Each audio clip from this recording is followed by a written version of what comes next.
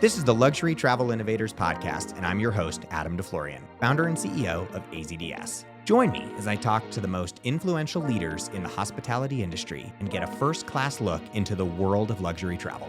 Let's take off.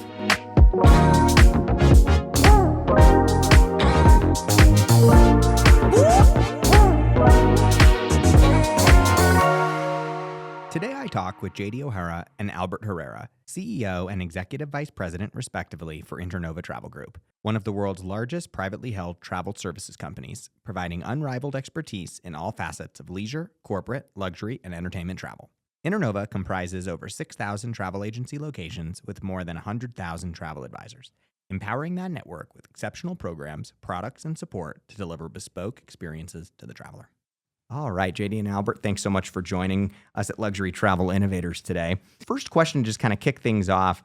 You know, your industry isn't really known for innovation per se and in technology, but everything is changing. Everything is evolving. What are you guys doing at Internova to evolve, to change and adapt in this industry? First of all, thanks for having us. But, you know, that's a constant challenge and something that we're looking at on a daily basis. So I think AI, as an example, right, is changing the game. How can we leverage AI to make our people more efficient, make them more productive? We're constantly looking at that. I think probably from our perspective, we're looking at third parties for any technology innovation for us. And so we're constantly looking at the needs of the business, what our clients need, and then trying to address that with innovation. It truly is just balancing as well the talent that we have, the people that make the business what it is, and to how to empower them to have the right tools and mechanisms to be more efficient and deliver more transactions in the right way. Yeah. I'm assuming also, right, that the average age of advisors is changing, right, and constantly changing. And the younger that advisors become, the more they crave and want technology, AI assistance, and other things to just make booking easier, right, for their clients. The thing is, bookings are not easy. They're getting more complicated with time, right? The search function, where it makes it more and more complicated. So how do you make sure that someone coming into the business is well aware of what the new needs are? And old is a relative term. As I get older, I use that term less and less. I would tell you, though, that the fastest growing area that we have are kind of the 25 to 35-year-olds. And I would say the bigger producers are also getting younger on average. So while, yes, the average age of our advisors is creeping up, I would say the majority of the volume is being found in kind of that 40 to 50-year-old advisor, which is promising for us. So we've got bigger advisors that are younger, and I think, you know, as just naturally as the advisors get older, their clients get older too, and their business starts to shrink. So that kind of, it follows by the age of the clients as well. And how does that translate onto the B2B side? Since you guys have such a large corporate part of the business with travel leaders, you're seeing similar, or are they wanting more technology as well to book? On the corporate clients? On the corporate clients, yeah.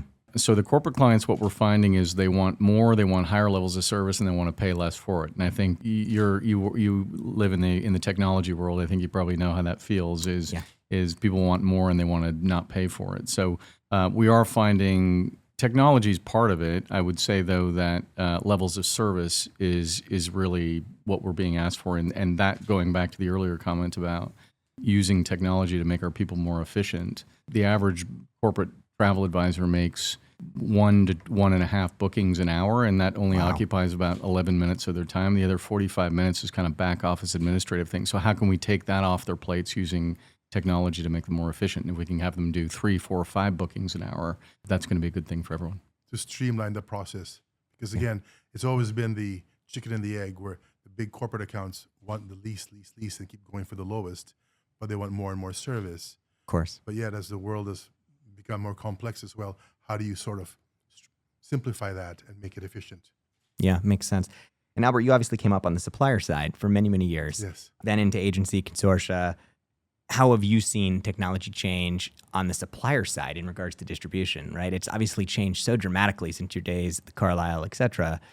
What have you seen that's really changing on the supplier side for like direct bookings and whatnot? First and foremost, when I started, there was hardly any website around, right? The whole search engine optimization, all these things that, how do you find my hotel online? And what is Expedia wasn't even in the equation at that time.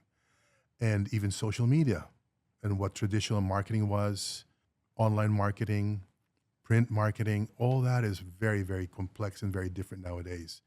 The intelligence behind it all has changed as well. It's exciting because really there's much, much more. And JD and I had a conversation the other day about what is marketing of today, really? Mm-hmm. It's a big word, but it means many, many different things. Yeah. I think especially in our industry, marketing in most businesses is an expense line item, and you invest in marketing, and then there's a return on that. We actually see the opposite. We earn the revenue, and then we deliver marketing against that revenue. So it's a big revenue line for us. But to Albert's point, it's changing on a daily basis what the expectations are and the processes and innovation in that regard. In regards to your advisors, your top producing advisors, what have they been asking for? It doesn't have to be technology or innovation related at all. What tools, what resources, what are they looking for? The main thing that they're lacking is time. They need more time, and finding good people to help with that is very, very difficult right now. So again, it's got a lot to do with technology and how can we take kind of administrative, mundane tasks off their plate and enable them to do what they do well, which is to put their clients on airplanes and in hotels and on cruise ships. Because when they handle a booking soup to nuts, they're uncomfortable with passing it on to an assistant who they don't trust. Right.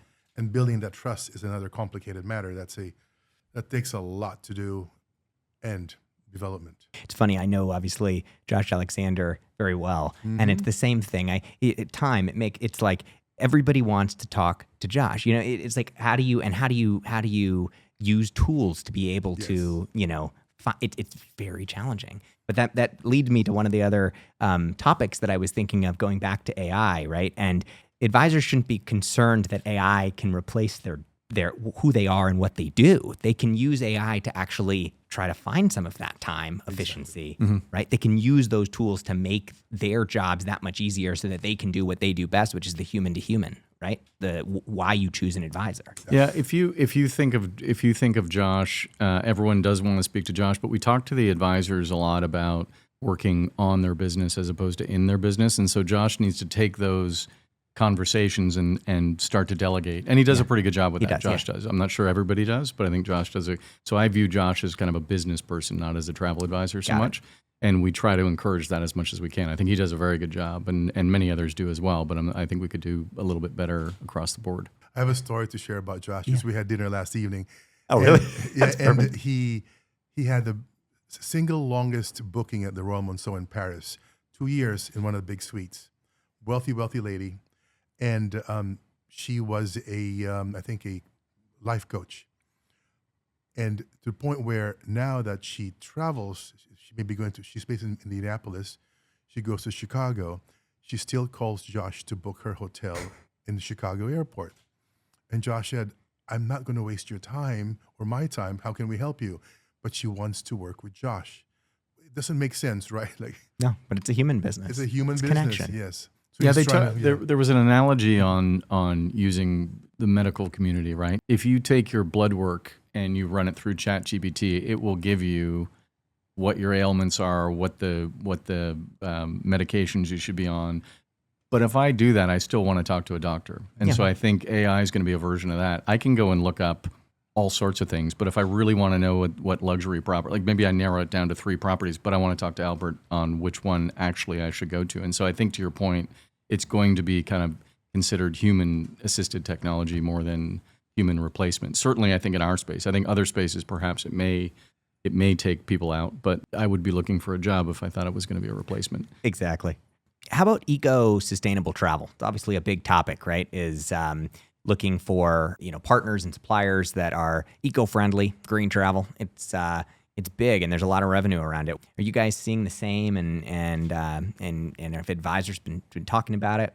What's the I think on the corporate side, it's kind of table stakes to have some sort of eco platforms. So across Internova, we built a platform called Green Circle, and whenever we have our advisors book into our own programs, and that's the Select Hotel Program, Curated program, Hotel Program, Worldwide, Distinctive Voyages, et cetera, the programs that we own, we do take a portion of those proceeds and we invest it in carbon offsets. And so that's our Green Circle program. But that was driven largely by the clients of our advisors and agency members. Makes perfect sense. I mean, you're seeing it everywhere, and there's more and more startups and organizations around carbon offsets and offering it in all all different areas. Yeah. So yeah. I think it's our responsibility. I think to invest in that and make sure that where we send people is there for a long time to come. Especially with a company like Internova that's large, we need to have really establish a footprint here in this space. Yeah. So absolutely. How about from a supplier side, thinking about the different partners? So you obviously have hotel, you have air, you have cruise, expedition, all these different. Who sort of is best set up from a technology perspective? Let's think about connectivity, right? For a minute, of how we connect into inventory systems, how we connect into these platforms that we're pulling inventory, whether it be rooms, whether it be on the cruise side, whether it be transportation. Who do you think is, or air, who do you think is sort of the best situated that delivers it in a way that's so usable for? I'll be very frank. No one does it exceptionally well. A lot of these hotel companies, as good as they are, have their own little systems that are good for themselves. Yeah. And they still rely on distribution for the travel advisor through GDS. And that's the big stumbling block. I know American Airlines tried to do that with NDC just 2 years ago, didn't do very well, and they're sputtering towards that. So now every other company, Accor is doing something too, you name it. Everyone is creating their own. I said, but how will the advisors log in? They don't remember their passwords. Yeah. So that's why it's a bit dysfunctional right now. And it's funny, everybody that we've spoken to has in some way or another, whether it's media, hotel, they've all said, how do you create a platform where people can book everything, or advisors could book everything? And the simple answer is you can't right now. With the dysfunctional and different platforms and systems, it's truly impossible. I mean, unless we can evolve, we're not gonna, you can't pull it all together purely. So. Think about it. Years ago, it was the one source of truth was Expedia. Yeah. You were hoping to get all of it there. And they never got, and think it. about the investment in technology, obviously a tech company and not able to do it. So we've launched a, and maybe this is wishful thinking, one day this may happen, but we've got a tool called Snap that is a point and click booking tool. And let's think of that as an advisor facing OTA. So we've got 114,000, give or take, travel advisors in our ecosystem. If we can get 114,000 on one tool, where we're communicating everything under that tool, that's kind of what we're striving for. But we're kind of getting started in that regard, and Totally. we've got a long way to go. What are you guys seeing in terms of overall trends? I mean, you guys have an enormous amount of data. You have more advisors than anyone. Is it shorter lead times as far as booking window? Is it, and I'd love to hear like destinations that you're seeing pop. Well, we're seeing, for our business, Europe is kind of number one. Italy's always number one. I think the UK is number two, and France is number three almost every year like clockwork. But what I would say is surprisingly, some of the destinations that are growing more rapidly. Now that may be because it's on a denominator of 0 from last year, but Cambodia, I think, was the fastest growing. That's right. Location. I think Chile was number 2. Was it Rwanda? Rwanda was number 3. Rwanda, 3. And of course, talk about the White Lotus effect right now, right? There's a lot of interest for that region again.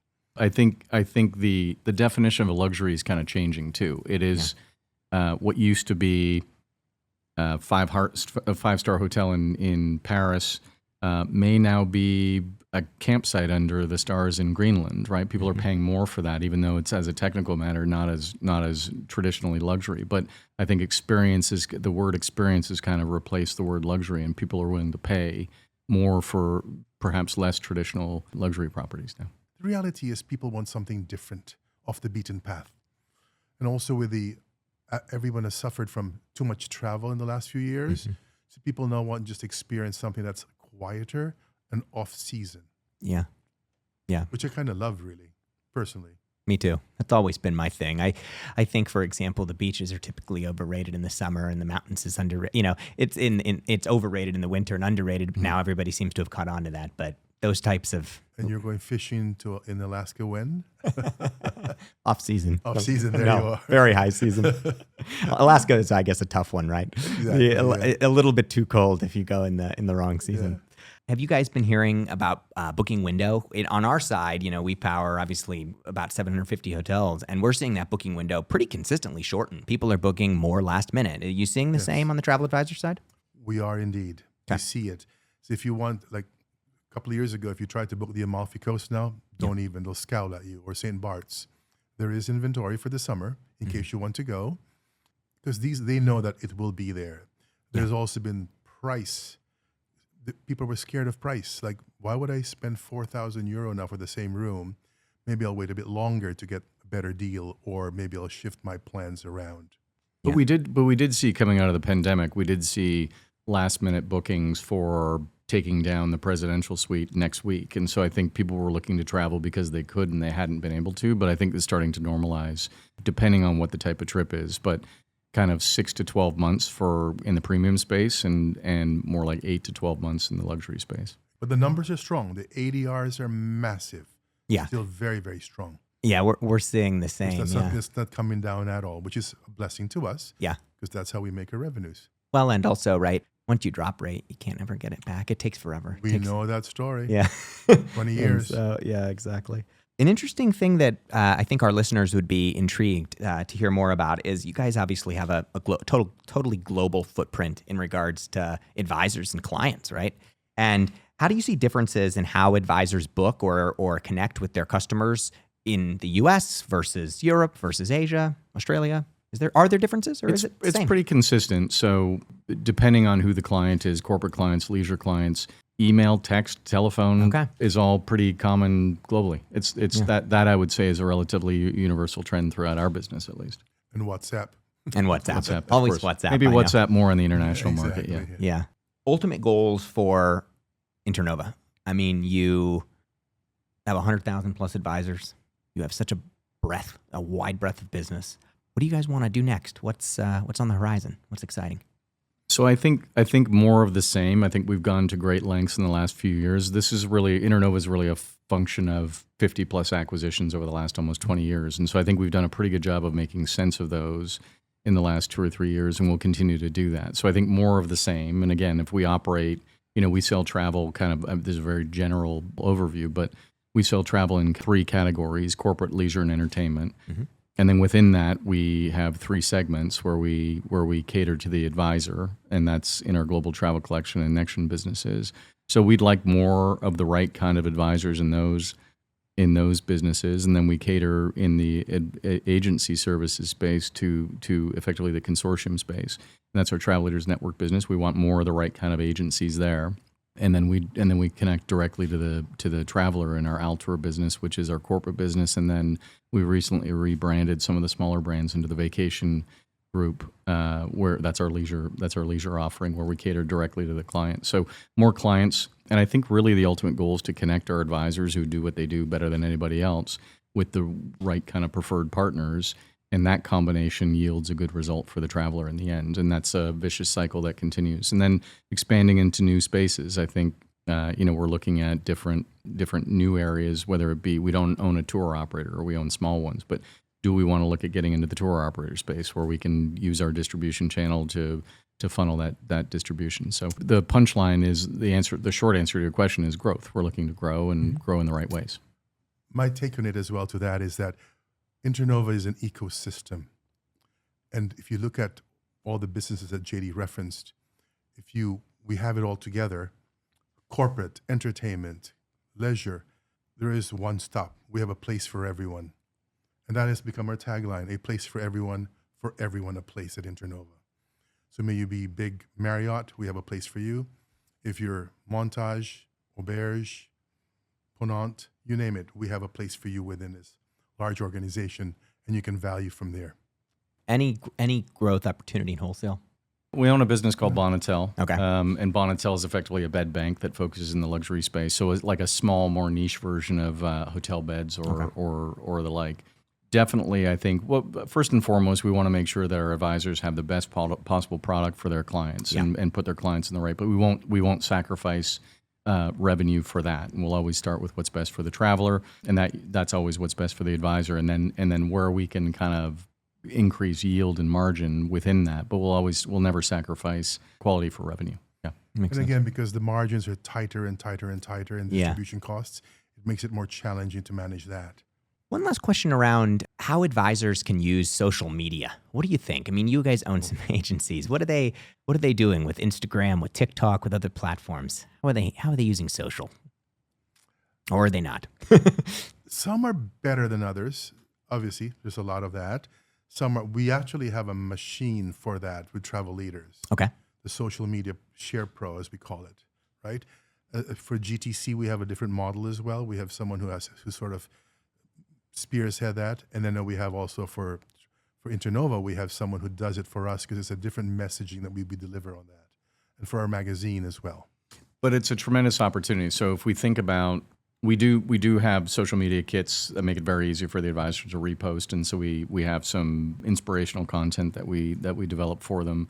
Like Albert says, some are better than others. I would say we have an opportunity here where if we have 100,000 plus people, assume that everybody has one account with at least one follower, that's 100,000 followers that we have. And so how do we take advantage of that?